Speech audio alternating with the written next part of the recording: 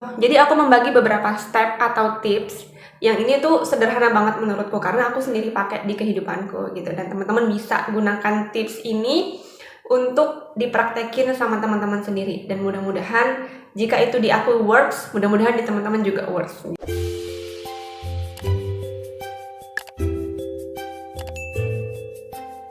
Hai, assalamualaikum warahmatullahi wabarakatuh. Teman-teman, ketemu lagi di Anissa Aryani YouTube channel. Gimana kabarnya? Semoga hari ini kita semua tuh dalam keadaan jauh lebih baik daripada hari kemarin. Dan hari ini adalah hari dimana mimpi-mimpi kita semakin dekat, impian dan cita-cita kita itu semakin mudah dicapai. Well, hari ini aku pengen ngobrol lagi sama teman-teman setelah sekian lama enggak ya. Aku sempat jeda bikin video YouTube. Alhamdulillah sekarang udah bisa record lagi di depan teman-teman semuanya. Hari ini kita mau bahas tentang memanggil yang tak tergapai gitu. Jadi teman-teman, kita kira tuh selama ini hidup ini tuh dia tuh ngalir gitu seperti air. Kemudian dia itu ya udahlah, kita pasrah aja, toh semua sudah ditakdirkan sama Allah gitu kan. Kita berpikir seperti itu, padahal enggak. Padahal kita itu hidupnya itu by design loh teman-teman. Siapa yang ngedesain? Kita sendiri gitu. Allah memang menurunkan restu, Allah memang menciptakan takdir, tapi di setiap takdir Allah itu kita punya pilihan. Mau memilih hidup yang baik, enak, berkah, atau mau milih hidup yang sengsara, penuh dengan dosa, dan tidak bahagia gitu. Teman-teman pilih yang mana? Kalau aku tentu saja pilih yang pertama. Dari desain hidup yang kita punya itu, kadang ada hal-hal yang kerasa nggak mungkin gitu. Ada hal-hal yang kita inginkan, tapi rasanya begitu jauh buat kita gapai. Rasanya nggak mungkin deh kalau kita lihat dari keadaan kita yang sekarang. Padahal enggak loh. Semua yang kita inginkan, semua yang kita impikan, semua yang bisa kita bayangkan dalam kepala, itu semuanya bisa diwujudkan teman-teman. Selama tidak melanggar atau melawan hukum alam ya. Semuanya bisa diwujudkan. Contohnya apa nih yang melanggar hukum alam? Contohnya adalah pingin ketemu sama orang yang udah mati. Nah itu kan nggak mungkin, nggak bisa ya. Kepingin hidup di gender yang berbeda, nah itu nggak bisa. Itu melawan hukum alam. Jadi selama kita nggak melawan hukum alam, itu semuanya bisa diwujudkan. Misal, sekarang kita secara ekonomi mungkin keadaannya biasa-biasa aja, atau bahkan cenderung minus, kekurang gitu. Tapi kita kepingin banget umroh nih, kepingin banget umrohin orang tua. Mungkin nggak sih?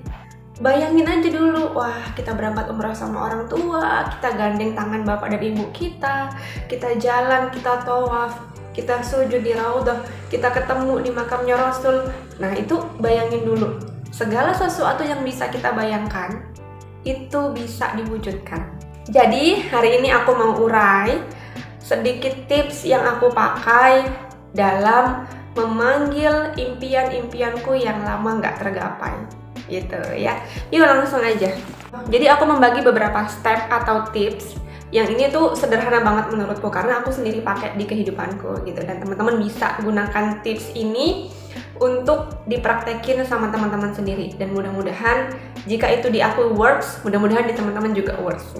Tips yang pertama dari memanggil yang tak tergapai atau usaha kita untuk mencapai cita-cita kita yang terasa jauh, nggak mungkin, di awang-awang gitu ya. Yang pertama adalah jangan pernah cancel doa kita. Jangan pernah batalkan doa kita. Kok bisa sih? Cancel doa itu yang gimana sih? Teman-teman semua pasti udah pernah dengar bahwa doa itu adalah senjatanya orang muslim. Doa itu kalau menurutku ya, salah satu fasilitas bintang 5 yang Allah kasih buat kita untuk kita memiliki semua yang kita mau. Fasilitas bintang 5 loh, yang artinya ini tuh mempan banget, ini tuh ampuh banget gitu untuk memiliki apapun yang kita mau gitu. Masalahnya selama ini kita doa atau enggak gitu. Masalahnya selama ini doa kita bener apa enggak. Dalam doa ini tuh juga kita tuh bebas minta apapun sama Allah. Boleh minta apapun, bahkan Allah bilang mintalah surga itu surga Firdaus. Jadi kita tuh harus minta yang terbaik gitu. Minta hidup bahagia, kaya, anak-anaknya solih, solihah, sehat, panjang umur dalam usia yang berkah dan ketaatan kepada Allah. Minta semuanya yang paling baik. Jangan minta setengah-setengah gitu. Dan setelah kita minta, jangan pernah di cancel. Yuk kita bahas tentang contoh meng-cancel doa. Tadi kita ngobrolin soal kepingin umroh ngajak orang tua nih. Nah, kita tuh kepingin punya impian umroh ngajakin orang tua, ngajakin bapak dan ibu, mungkin ditambah dengan saudara-saudara yang lainnya. Tapi sekarang keadaan kita itu masih minus. Untuk makan aja susah gitu, taruhlah kita ngomongnya ya. Kita misalkan untuk makan aja susah. Kita mikir-mikir nih, wow, umroh itu satu orang 35 juta. Berarti kalau 3 orang, saya, bapak, dan ibu, itu 105 juta. Belum untuk keperluan yang lain-lainnya. Belum untuk sanggup keluarga yang ditinggalkan di rumah gitu. Kemudian dipikir-pikir uangnya jadi ratusan juta untuk umroh 3 orang.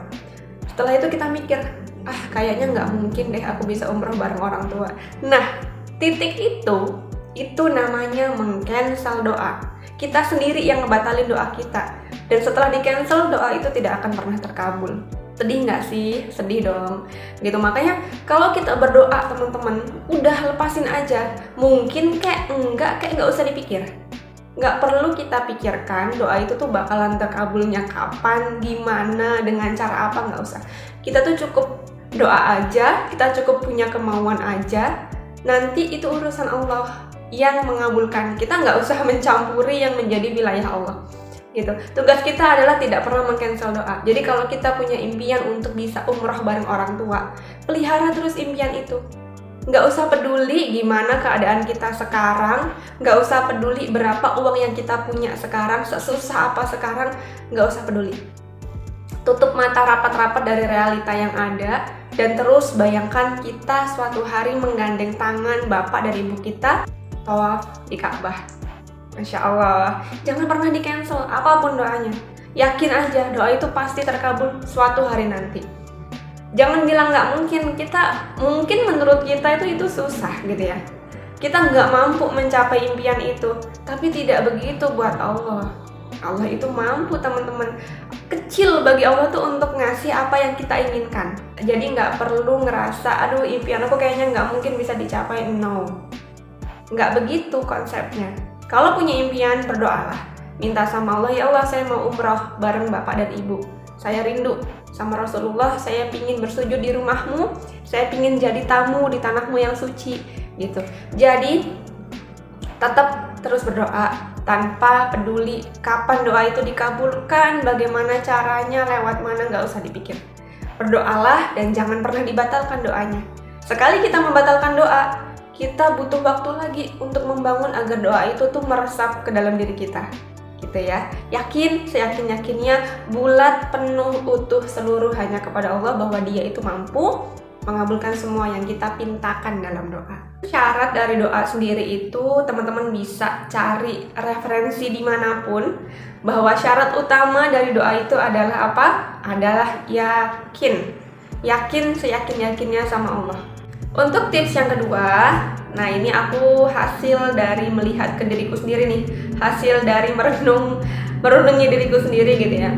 Tahu nggak sih kenapa selama ini kita itu nggak pede minta yang terbaik sama Allah? Kenapa selama ini kita tuh ragu-ragu dan cancel mulu doa-doa kita ke Allah? Tahu nggak apa sebabnya? Sebabnya adalah karena kita itu insecure sama amalan-amalan kita, sama ibadah-ibadah kita itu yang cuma segitu-gitu doang kualitasnya.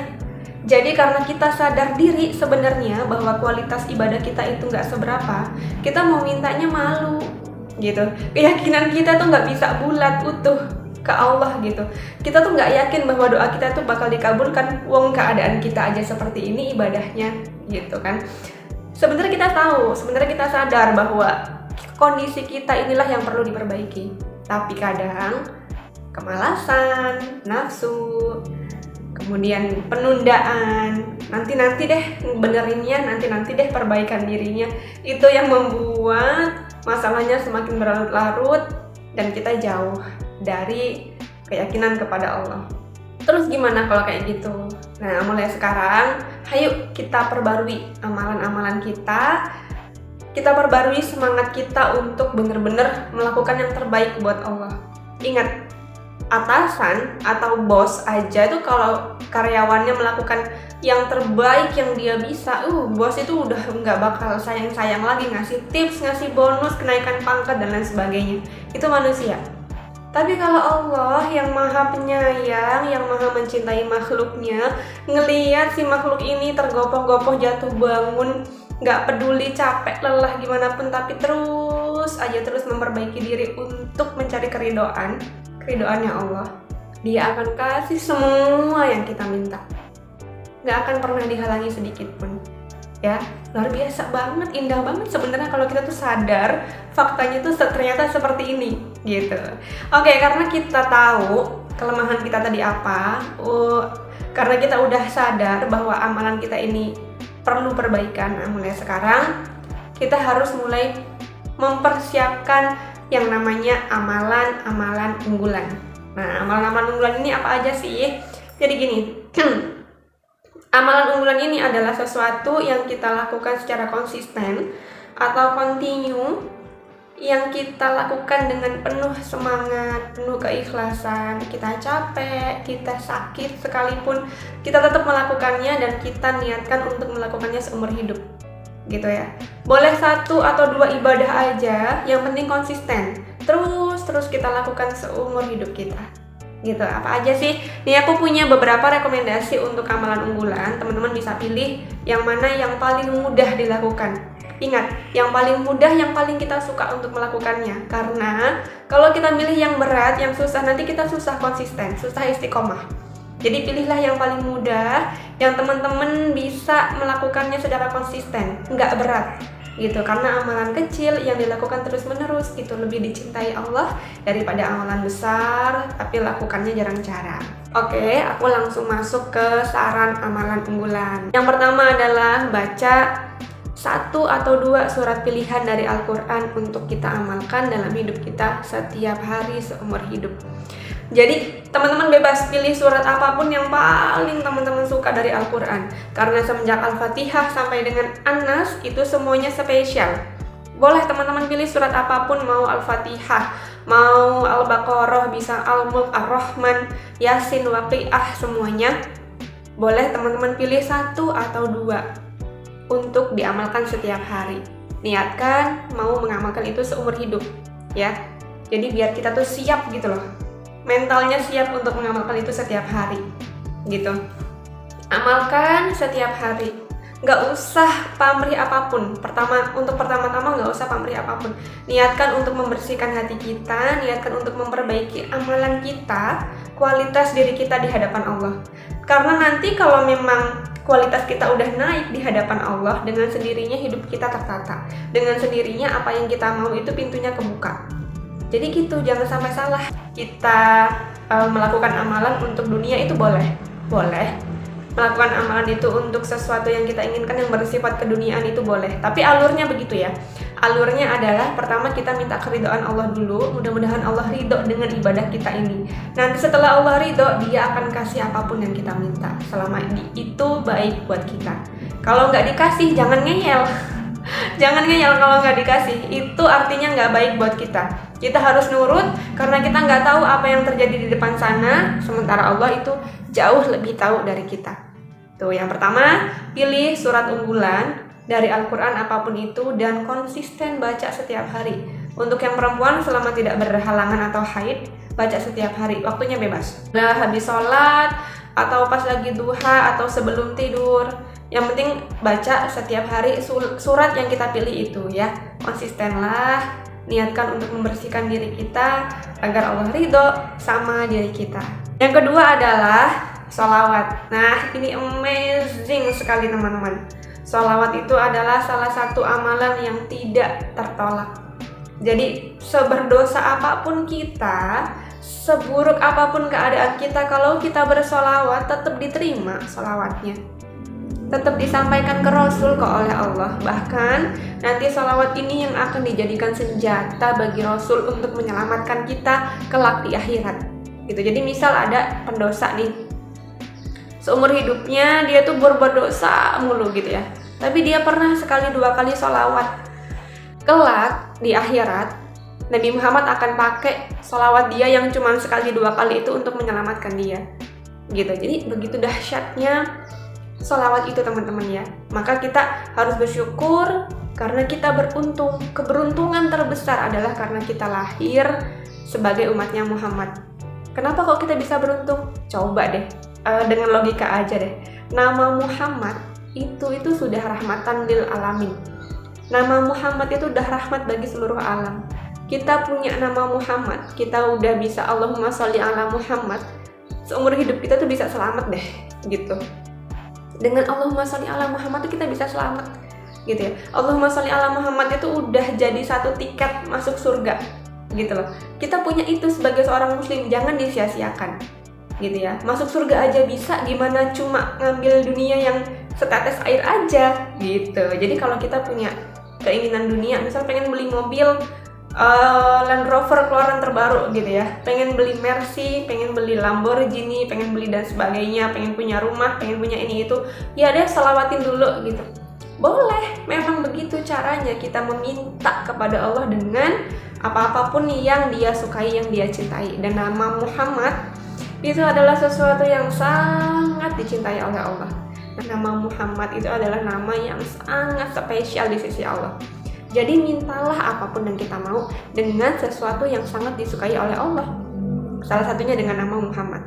Nah, sholawat ini juga niatkan untuk dilakukan seumur hidup agar mental kita kuat, mental kita siap untuk melakukannya dalam situasi kondisi apapun, sesibuk apapun aktivitas kita sehari-hari, sambil masak, cuci piring, gosok.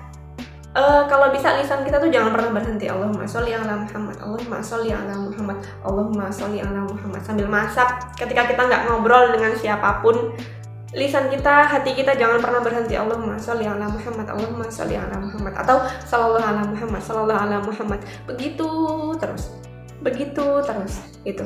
Terus nanti apa yang kita dapat? Keajaiban, teman-teman ya. Keajaiban yang nanti akan menghampiri hidup kita. Tapi nggak usah dipikir kapan, di mana, bagaimana caranya, nggak usah dipikir. Itu rahasia Allah dan kita nggak berhak tahu. Kita nggak tahu dari mana Allah akan memberi kita, bagaimana cara takdirnya bekerja, kita nggak pernah tahu. Yang kita tahu adalah kita berdoa, kita bertawasul kepada Allah dengan nama-nama, dengan sesuatu yang dicintainya, dan kita mempersiapkan diri agar kita pantas, kita mampu menerima apa yang kita mintakan itu. Nah, sholawat ini ada yang bilang sehari harus sekian nih, gimana tuh? Atau sehari harus sekian ribu gitu. Nah, kalau menurutku pribadi, aku secara ilmu memang aku belum memahami kenapa sholawat itu harus dilaksanakan dalam jumlah tertentu. Tapi kalau aku pribadi, jumlah itu aku gunakan untuk patokan harian. Sehari minimal 1000, itu supaya aku nggak kurang dari 1000 sholawatnya. Sehari 4444 itu karena aku mematok diriku supaya sehari itu nggak kurang dari itu sholawatnya gitu. Jadi itu dijadikan patokan supaya kita tetap semangat. Hari ini tuh jangan sampai lebih mundur daripada hari kemarin. Jadi setiap hari ada challenge diri kita nih. Setiap hari ada semangat baru, ada hasrat gitu ya, ada hasrat dalam diri kita untuk mengalahkan diri kita yang kemarin. Jadi jangan sampai kalah nih sama yang kemarin. Kemarin aja bisa sholawat 1000, masa sekarang nggak bisa sih? Semangatnya di situ. Dan ingat, semua ini karena Allah. Niatkan, ya Allah, aku niat memperbaiki hidupku. Aku ingin punya ini. Aku ingin umroh bareng orang tuaku. Aku memohon keridhaanmu ya Allah. Dan sholawat. Lakukan secara konsisten setiap hari. Rasain deh, sebulan, 2 bulan, 3 bulan, 4 bulan, hidup berubah. Kok bisa sih Mbak Nisa ngomong kayak gitu? Karena aku sudah merasakannya teman-teman ya. Jadi aku tuh merasakan gini. Aku memulai sholawat, ini testimoni pribadi ya. Testimoni pribadi, bulan Oktober 2022 itu aku sakit. Sekeluarga sakit yang ringan sih, sakit enggak yang sakit yang gimana gitu, enggak. Cuman emang serumah tepar tuh, serumah sakit semua, jadi keadaan tuh rasanya kayak yang repot banget gitu kan. Nah, kemudian begitu badan udah agak enak tuh aku scroll handphone dan aku nemu sholawat munjiat gitu. Artinya, arti dari sholawat tersebut itu tuh menyentuh gitu loh ke hatiku. Kemudian aku hafalkan sholawat itu, aku amalkan, belajar nih sedikit aku amalkan setiap hari konsisten sampai dengan sekarang. Ini bulan Juni. Oktober, November, Desember, Januari, Februari, Maret, April, Mei, Juni. Hampir setahun ya, udah 9 bulan aku salawat rutinin. Dan tahu nggak teman-teman apa? Sesuatu yang nggak pernah aku sangka-sangka itu datang dengan mudahnya ke hidupku. Tawaran bisnis, tawaran income baru, kemudian bisnis lama yang selalu ada aja perkembangannya, target-target yang tercapai. Itu bener-bener kayak didatangkan dengan sangat mudah, dengan effortless gitu loh. Dan aku tuh bener-bener, ya Allah, nggak nyangka ya ternyata jalannya lewat sini gitu. Aku pernah berdoa minta sama Allah uang sekian digit. Ya Allah, aku mau uang sekian digit untuk aku membebaskan diriku dari hutang gitu ya. Kemudian dari doa tersebut Allah itu ngirimin aku tawaran bisnis baru, yang dari bisnis itu aku bisa lebih berkembang, ketemu sama lebih banyak orang, ketemu sama lebih banyak kesempatan bertumbuh.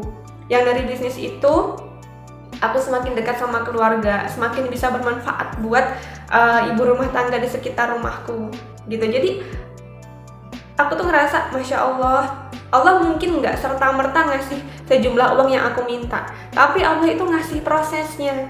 Dari sini loh prosesnya Nis, gitu Allah bilang.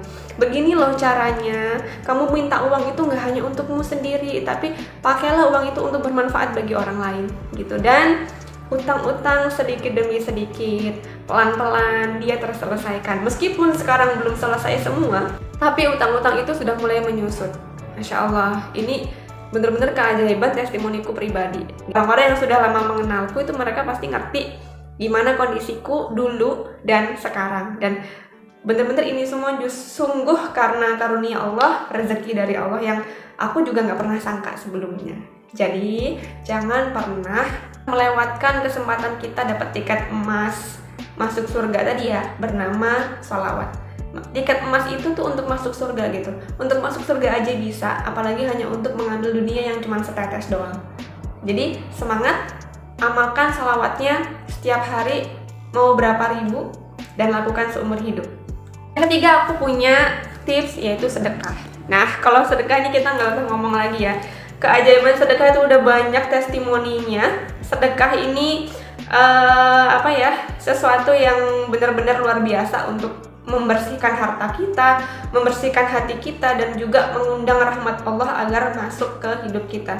Sedekah ya, teman-teman yang mau aku garis bawahi di sini itu sedekah ini teman-teman ya. Sedekah ini biarpun kecil 1.000, taruhlah cuma 1.000 atau 500 perak gitu ya, kita keluarkan sedekah ke orang yang membutuhkan itu. Kita jangan lupa bilang begini, ya Allah, terima kasih hari ini aku bisa memberi karena rizki darimu. Ingat, kita bersedekah, kita bisa memberi, itu Allah yang beri, bukan kita. Ya, kita harus sadar diri. Kalau kita bisa ngasih ke orang lain, itu Allah yang kasih, bukan kita. Karena itu rezeki dari Allah buat dia, bukan dari kita. Itu kita hanya perantara. Jadi setiap kali sedekah, setiap kali kita bisa sedekah, katakan, ya Allah, terima kasih, aku bisa memberi karena ridho darimu. Ya Allah, terima kasih, aku bisa memberi karena rezeki darimu. Katakan begitu terus, karena syukur itu nanti akan terus bergulung, semakin besar menjadi rahmat yang benar-benar melingkupi hidup kita, dan hidup kita tuh jadi luar biasa, tenang, bahagia, dan terasa selalu aman, nyaman dalam segala suasana. Luar biasanya ya sedekah.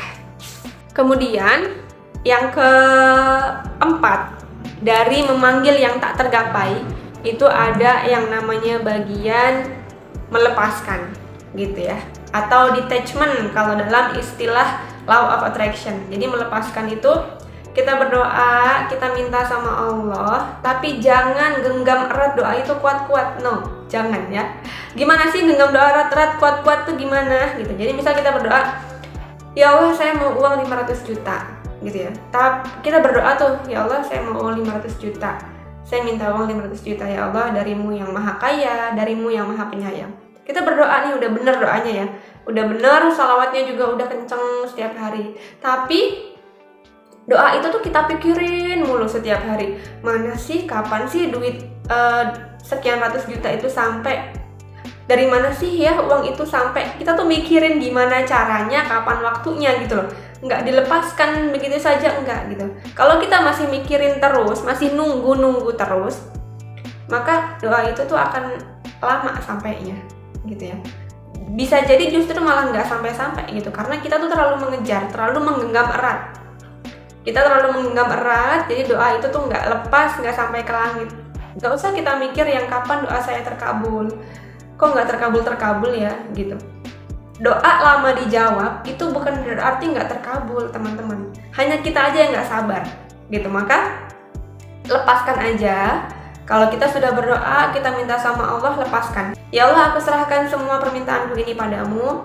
Buatlah sebagaimana yang terbaik menurutmu. Dah, lepaskan. Mau Allah kasih kapan, lewat mana, lewat siapa, nggak usah kita pikirkan, lepaskan. Dan jangan ditunggu kapan terkabulnya, jangan ditanya bagaimana cara terkabulnya, nggak usah. Udah, lepaskan, udah nggak usah perlu pertanyaan apapun lagi, lepaskan. Allah kabulkan nanti pasti di saat yang paling tepat. Kalau belum dikabulkan berarti waktunya belum tepat, dan kita nggak usah ngeyel sama Allah ya. Kita harus nurut, kita harus belajar menjadi hamba yang tunduk sepenuhnya sama Allah. Kemudian yang terakhir, di nomor 5 dari tips memanggil yang tak tergapai ini adalah berpura-puralah menjadi. Nah, ini unik nih, karena kedengarannya gampang tapi tekniknya itu lumayan butuh latihan. Begitu praktek tuh lumayan butuh latihan gitu ya. Berpura-puralah menjadi. Nah, ini aku pernah dengar sebuah idiom barat tuh katanya begini, fake it until you make it. Berpura-puralah sampai kamu bener-bener jadi gitu. Jadi dalam istilah law of attraction kita juga kenal yang namanya law of assumption atau hukum asumsi. Kalau law of attraction itu hukum tarik menarik, kalau law of assumption ini adalah hukum asumsi. Hukum asumsi ini adalah, jadi segala sesuatu itu kan terbuat dari energi ya, dan Allah sebagai pusat sumber energi terbesar di alam semesta ini. Ketika kita menginginkan sesuatu, itu kita punya energi, kita punya memancarkan energi gitu ya. Kita pingin punya rumah gitu, kita ada energi itu pengen punya rumah. Tapi energi itu bisa jadi energi positif, bisa jadi energi negatif. Energi negatif itu yang gimana? Kita bahas negatifnya dulu ya. Energi negatif itu pingin punya rumah, pingin banget, saking pinginnya sampai ngelihat orang lain punya rumah tuh hati panas gitu. Sampai ketika uang kita belum cukup untuk punya rumah itu sebel, kesel. Sampai ketika bisa punya rumah tuh masih kurang aja. Nah, itu energi yang negatif. Tapi energi yang positif, kita pengen punya rumah yang bagus, yang mewah. Kita bersyukur dulu sama rumah yang sekarang bisa kita tinggali, yang bisa meneduhi kita dari hujan, melindungi kita dari panas. Kita syukuri dulu. Itu energi positifnya ya. Kemudian berpura-puralah menjadi gitu. Hukum asumsi ini membuat energi di sekitar kita itu ngebaca bahwa kita ini sudah punya barang yang kita mau, padahal sebelumnya kita belum punya gitu. Ngebaca apa yang kita inginkan sebagai sesuatu yang udah terwujud padahal sebetulnya belum gitu ya. Jadi unik memang gitu. Aku ambil sampel yang mudah aja deh. Pengen punya motor PCX terbaru nih. Kemarin nyoba punya saudara dan rasanya enak. Nah, ketika kita nyoba motor itu, mengendarai, rasa enaknya gimana, kenali rasa enak itu, nikmati, rasakan bahwa motor itu tuh punya kita sendiri. Hafalkan rasa enaknya, rasa nikmatnya naik motor itu. Halus, enteng, ngacir, larinya kencang, nikmatin rasa enaknya punya motor itu. Visualisasikan dalam pikiran kita, hafalkan rasa enaknya naik motor itu, dan nanti rekam rasa bahagianya naik motor itu, direkam. Nanti ketika kita naik motor kita sendiri, hadirkan rasa bahagia itu. Hadirkan rasa enaknya, bayangan kita naik PCX itu enteng, ngacir, larinya kenceng, itu dirasakan. Ketika kita naik motor kita sendiri, kita pura-pura naik PCX yang kita bayangkan tadi. Rasakan, visualisasikan terus seperti itu sampai terwujud. Gitu. Jadi ketika kita berpura-pura menjadi, itu nanti akan membuat semesta ngebaca energi kita, dan mereka akan memberikan apa yang menurut mereka kita udah punya. gitu. Kalau kita pura-pura punya motor PCX, kita setiap kali mengendarai motor kita yang taruhlah motor jadul gitu ya, kita setiap kali mengendarai itu dengan senyum, dengan bahagia, dengan perasaan yang penuh syukur. Ya Allah, alhamdulillah udah bisa punya motor PCX terbaru nih, enak banget dikendarai. Padahal kita lagi naik motor jadul tuh, gitu.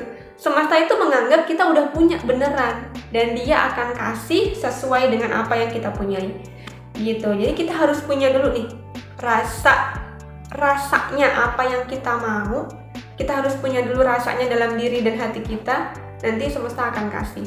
Sama ketika kita pengen umroh gitu ya, saat kita sujud lagi sholat, bayangkan kita lagi di raudhah, kita nangis, kita berdoa, bayangkan kita lagi di dekat makamnya Rasul, sedekat itu dengan Rasul, kita nangis, kita berdoa, kita nikmati rasanya ada di Mekah gitu ya, nikmati, rasakan sensasinya. Bayangan kita ini sangat-sangat membantu loh, imajinasi kita ini sangat-sangat bisa bekerja loh.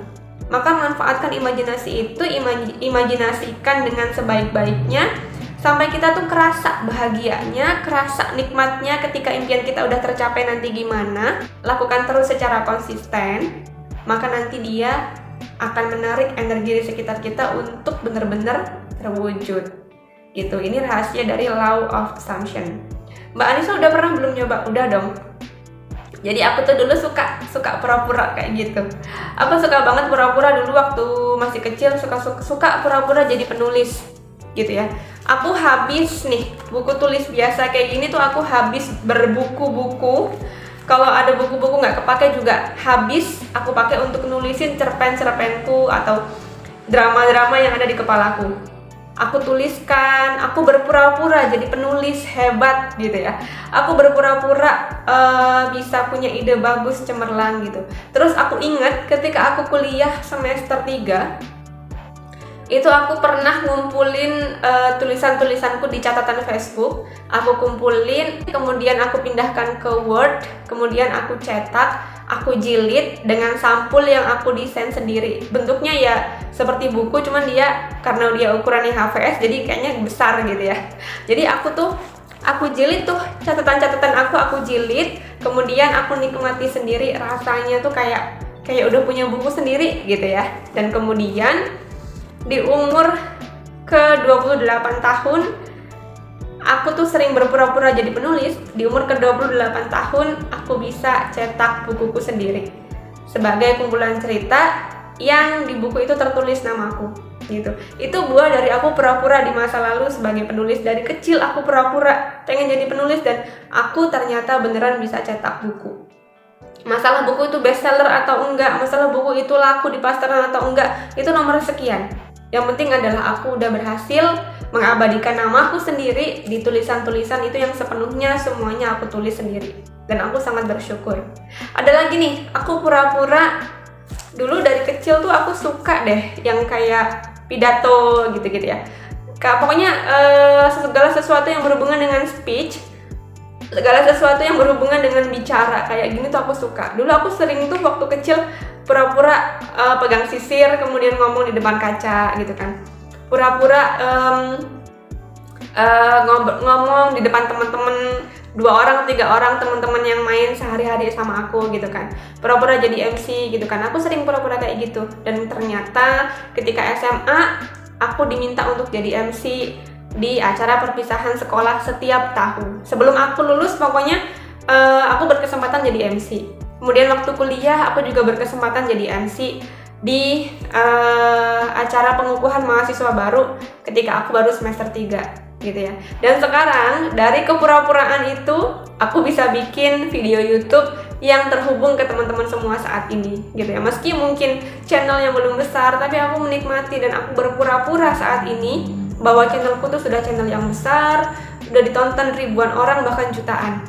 Kita berpura-pura aja terus sampai benar-benar menjadi. Maka jangan khawatir untuk berpura-pura, jangan khawatir untuk terus mengimajinasikan apa yang kita mau di masa depan dan pura-pura kita udah punya itu. Jangan khawatir dan jangan malu gitu, karena itu nanti energi kita akan menarik sesuatu itu untuk datang. Karena sebenarnya sesungguhnya ketika kita itu energinya bagus, ketika kita itu penuh syukur sama Allah, ketika kita itu sadar bahwa kita ini mampu, kita ini diciptakan dalam bentuk sebaik-baiknya sama Allah. Apapun yang kita inginkan di dunia ini tuh juga menginginkan kita. Jadi jemput jodoh kita itu jemput ya, dengan beberapa amalan yang tadi aku sampaikan. Oke, jadi itu tadi beberapa tips untuk memanggil hal-hal yang tak tergapai menurut kita, gitu ya. Jangan lupa dipraktekkan, karena kalau cuma dengerin doang kayak gini tuh ya udah, ilmu mah lewat-lewat aja gitu. Tapi ketika kita praktek pelan-pelan dan secara konsisten kita praktek, percayalah Allah itu akan dengan sangat mudah merubah hidup hambanya. Tapi kalau kita nggak mau berubah, kita nggak mau berusaha, ya Allah juga nggak akan merubah. Karena Dia tidak akan merubah nasib suatu kaum sebelum Dia merubahnya sendiri. So teman-teman, jangan berhenti bertumbuh, teruslah berupaya biar kita tuh hidup bahagia, penuh berkah, kaya, anak-anak solih-solihah, keluarga sehat, panjang umur dalam ketaatan dan rahmat Allah. Gitu ya. Oke, mudah-mudahan video ini bermanfaat. Kalau video ini bermanfaat, teman-teman boleh klik tombol subscribe. Jangan lupa share ke teman-teman yang lainnya, supaya kita bertumbuh sama-sama dan supaya pahalanya mengalir sampai ke surga. Salam bertumbuh, salam bahagia. Anissa Aryani. Assalamualaikum warahmatullahi wabarakatuh.